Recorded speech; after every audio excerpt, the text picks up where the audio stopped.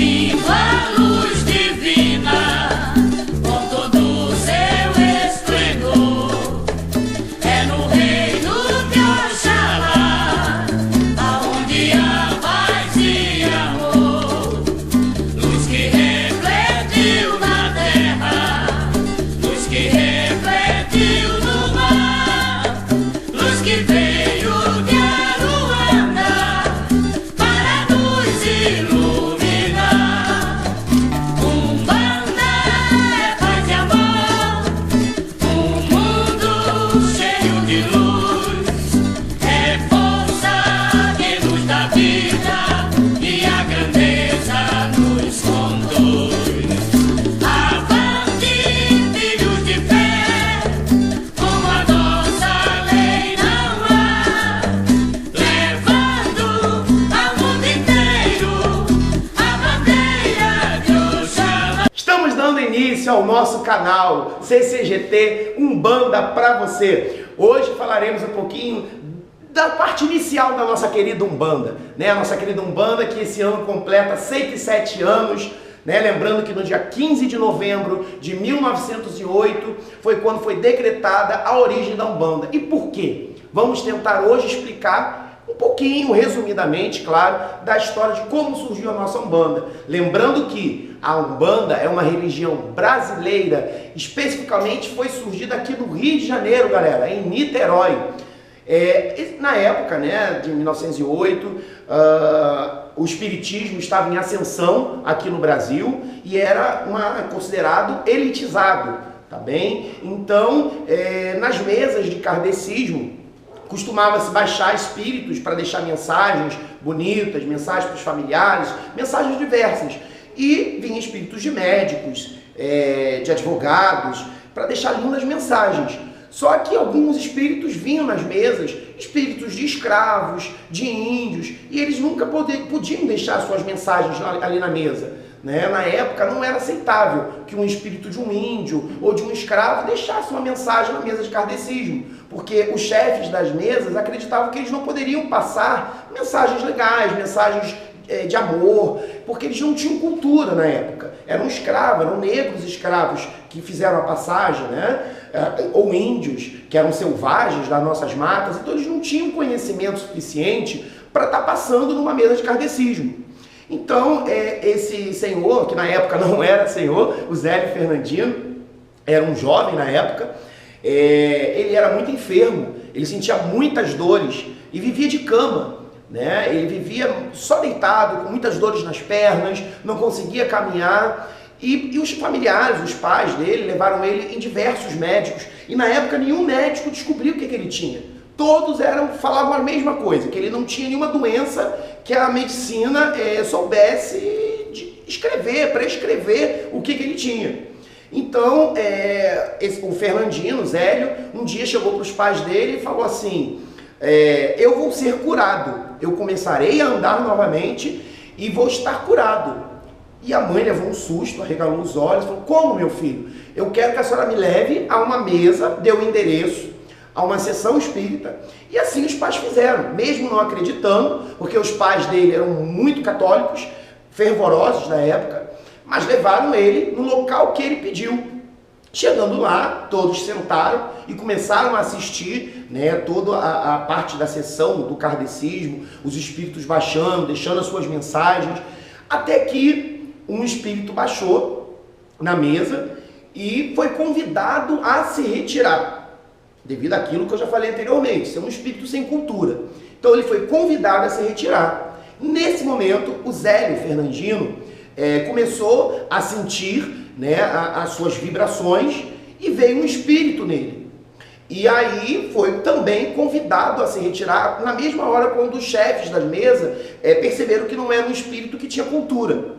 Foi quando foi um caboclo que veio, e esse caboclo virou para o chefe da mesa e bateu de frente com esse chefe da mesa, galera, e falou assim: eu tenho muito orgulho disso, viu, galera? Da origem da nossa religião, porque já naquela época um caboclo, um índio das nossas matas, um espírito de um índio, bateu de frente e lutou pela nossa religião. Foi quando ele falou o seguinte: por que eu tenho que sair da sua mesa? Porque o senhor é um espírito de um índio, O senhor não tem uma cultura, o que o senhor vai dizer? E mais uma vez ele insistiu, eu tenho que estar presente aqui, eu quero passar uma mensagem. E novamente o chefe da mesa não autorizou. Foi quando ele então falou o seguinte, a partir de amanhã eu fundarei uma nova religião onde todos, sem exceção, poderá vir e dar a sua mensagem, prestar sua caridade, seja espírito de um índio, seja espírito de um negro escravo, seja espírito de um simples ser humano que viveu nessa terra e hoje não está mais. Será uma religião livre, onde todos os espíritos de coração poderão vir e dar a sua mensagem.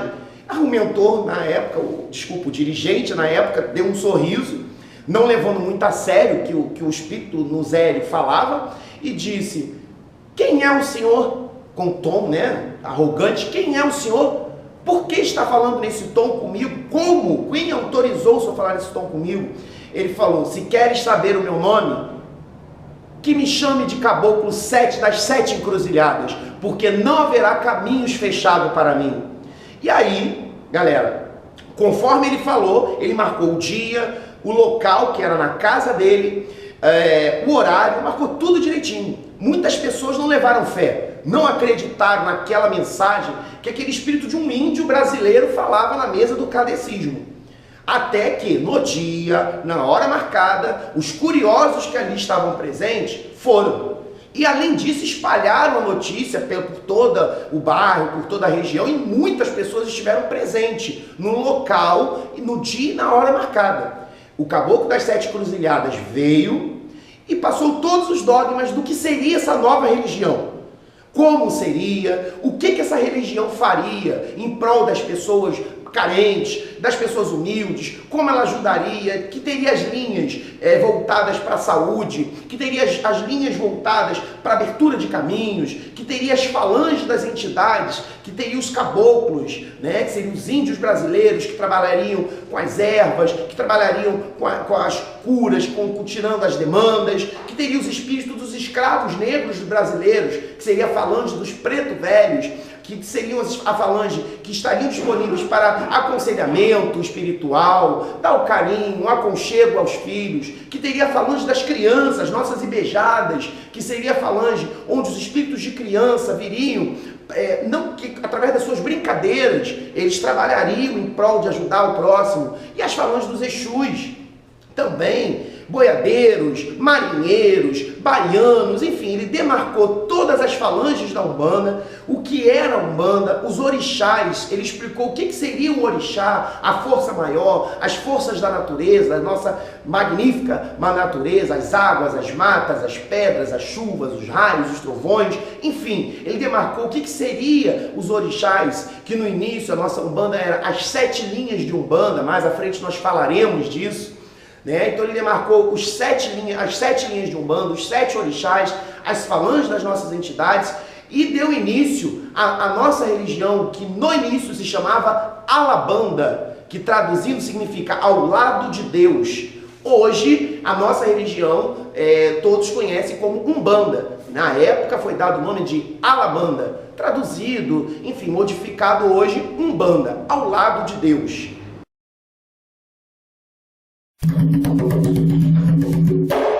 Um índio, caboclo guerreiro, um jesuíta que Zamba enviou, com sua força e sabedoria, abraçou a Umbanda com seu amor. Um índio, caboclo guerreiro, um jesuíta que Zamba enviou, com sua força e sabedoria, abraçou a Umbanda com seu amor.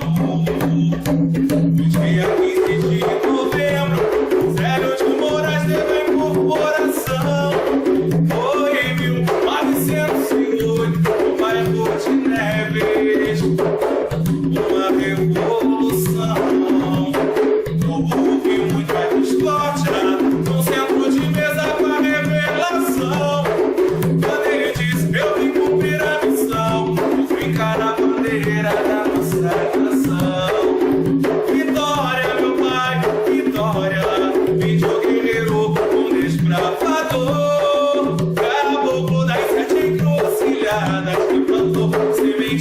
e se relaxou.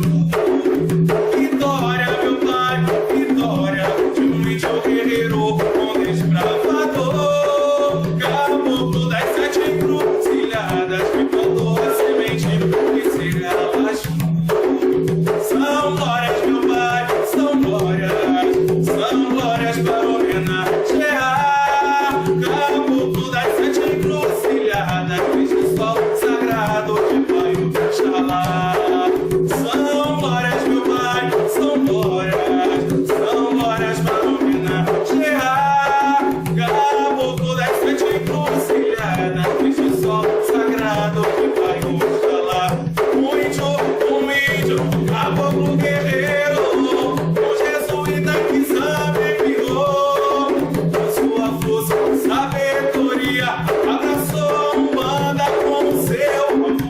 Um índio, caboclo guerreiro, jesuíta que sabe enviou, com sua força, sabedoria, abraçou Umbanda